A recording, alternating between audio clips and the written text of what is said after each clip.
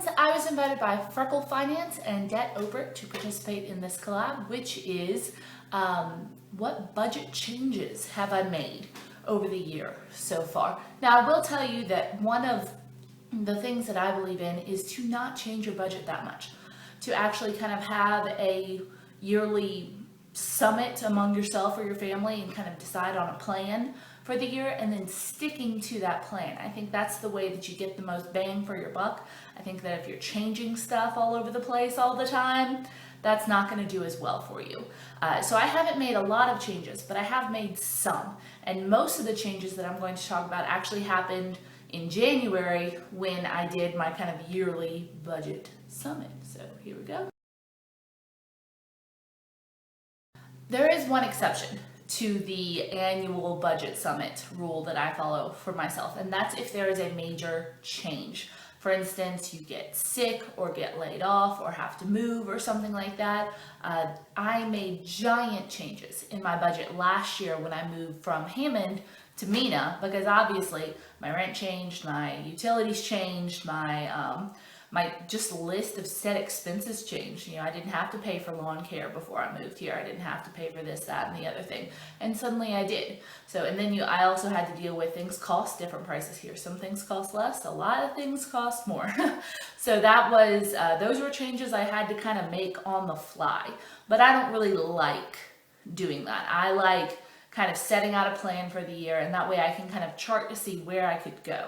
And I do that just with an annual kind of summit. I sit down and I look at all of my budgets for the previous year, and then I think about what I want to be able to accomplish in the next year, and I figure out what kind of budget I need to make that happen. So in the beginning of this year, I added a long-term savings account on the advice of my sister-in-law.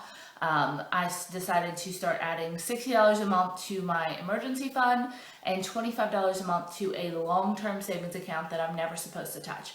I know this isn't particularly Dave Ramsey. He thinks you should throw all of your resources towards your debt, and I actually kind of agree with him. However, I do see the benefits of having some long-term savings in case of a car breakdown or something like that that will cost more than $1,000. And considering that this has happened to me a couple of times since starting the Dave plan, I think it's fine to do. So essentially the $60 a month is for a sinking fund that is unnamed. It is in case I need to move again, or in case I have some major car repairs. And the $25 a month is just a, one day far in the future, I'm gonna need a little umbrella, and that is what it's for. So I'm hesitant to even really talk about that, because it's not, one, it's against the Dave plan,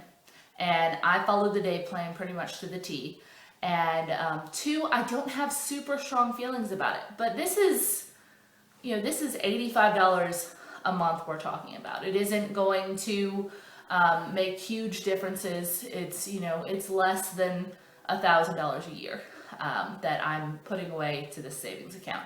So it's just something I decided to do this year and try it out. At the end of the year, I will bring it back up with myself at the summit and decide if it was worth it to have that money sitting there, or if I needed to just go ahead and put that towards debt. So that is what I did. I also upped my laundry money from $10 to $18. I pretty much go to the laundromat every other week. The reason it was $10 before, I spend about $20 a month at the laundromat, about $10 every time I go. What I was doing was I was basically using like change from my wallet and then just rounding up. So if I went to the grocery store and and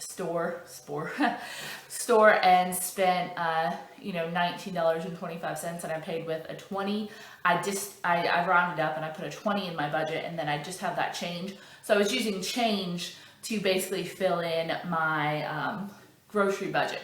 And I decided I just didn't want to do that anymore. I wanted to have exact numbers in my budget instead of rounding, and that meant that I had to up my laundry budget to account for the change that I wouldn't have anymore. That was fine. 8 months into the year, this was a good decision. It wasn't that big of a deal. I did, however, get to take my lawn care down from $60 a month to $40 a month because I was hiring a semi-professional to do it, and now I hire my next door neighbor's teenager to do it. So I was able to make that change during the year, and that was fantastic. That helped pay for the overage for laundry, and I think I put the other $10 to debt repayment or possibly a sinking fund. I'd have to double check. I also brought my gas money down. In Hammond, I was spending about $70 a month on gas. Here, I don't need that much because the town is very small. So I lowered that to $40 and threw the rest toward debt. So that was a fun little $30 savings. All right, recently I did make a couple of changes. They were very minor, but they were changes nonetheless. I eliminated my vacation sinking fund because I took my vacation, and that was $20 a month that I was putting in a little fund to go to California to visit Jamie. And now that I've done that, I have no intention of taking another vacation before I'm debt free. So I eliminated that sinking fund, and that money gets to go to debt now. And also I absorbed the $10 that I had in its own line for Rory for her food and her dog treats. From its own line, I just absorbed it into the grocery budget. So instead of $200 a month, it's $210. That didn't make a difference in the bottom line, but it does make a slight difference in just me accounting it into my budget, which is, it makes it easier. I don't have to subtract it out and then put it in its own line. It's just, her stuff is included, and it never goes over $10 a month, so that's fine. So those were my changes that I've made so far this year. If you don't do a budget summit, I would advise you to.